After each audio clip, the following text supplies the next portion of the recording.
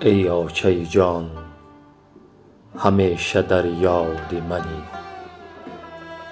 در دیده و در خیال ناشاد منی.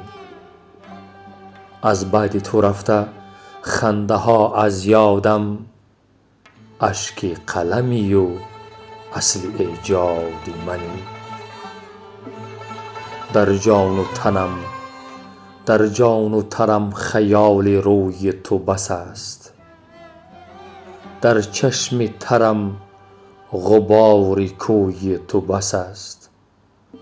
این کاسه دور اگر چنین گردان است، در کاسه من شراب روی تو بس است. از داغ تو در دلم شرار افتاده است، یادی همه عالمم کنار افتاده است. پر زده کفتر خیال از پی تو، در پشت رهی خم مزار افتاده است. از خانه خواب تو به من مانده ستم، غم مانده و آه و حسرت و داغ الم. بر بستر خالی تو چون می نگرم، گرداب الم بریزد از چشم ترم.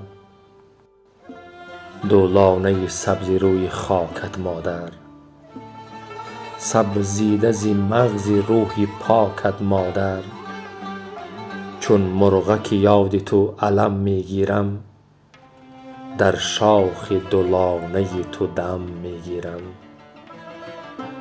باران که چو اشک مادرم می بارد، در سوز و غم برادرم می بارد.